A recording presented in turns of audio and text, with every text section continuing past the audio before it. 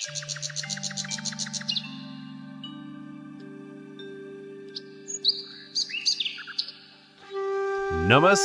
मंडळी, पतंगे परिवारातर्फे तुम्हा सर्वांचं मनपूर्वक स्वागत. गणेशोत्सव म्हणजे केवळ एक सण नाही, तो आपल्या श्रद्धेचा, भक्तीचा आणि कुटुंबाच्या एकत्रतेचा उत्सव आहे. दरवर्षी भाद्रपद शुद्ध चतुर्थीला गणपती बाप्पा आपल्या घरी येतात आणि त्यांचं स्वागत आपण आनंदाने, भक्तीने आणि प्रेमाने करतो. त्यानंतर येते गौरी पूजन, मातृशक्तीचं प्रतीक. गौरी म्हणजे सौंदर्य, समृद्धी आणि शांती.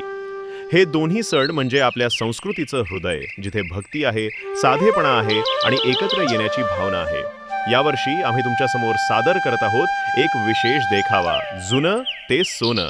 हा देखावा आहे 70, 80 आणि 90च्या दशकातील महाराष्ट्रातील मध्यमवर्गीय किंवा गरीब कुटुंबात गणेशोत्सव कसा साजरा केला जायचा त्याचं जिवंत चित्रण. कौलाचं घर, मातीच्या भिंती, पितळी भांडी, जुनं रेडिओ आणि घरातली माणसं, सर्व काही काळाच्या आठवणींना उजाळा देणारं. घरातील कर्ता पुरुष टेलर आहे, शिलाई करत आहे. त्याची मुलगी हळदी कुंकवासाठी सजलेली आहे, सणाची तयारी करत आहे. मुलगा टाळ घेऊन भजनात रमलेला आहे, आध्यात्मिक वातावरण निर्माण करत आहे. पत्नी चुलीवर भाकरी करत आहे, घरगुती ऊब आणि साधेपणाचं प्रतीक.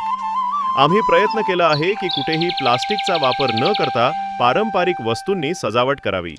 जुन्या साबणाचे रॅपर्स, स्टेशनरी, पितळी भांडी आणि घरगुती पताका हे सर्व त्या काळाची आठवण करून देतात. आजच्या आधुनिक युगात सण साजरे करताना भडकपणा, मोठ्या स्पीकर्सवर गाणी, प्लास्टिकच्या सजावटी आणि लखलखाट यामध्ये सणाचा आत्मा हरवतोय.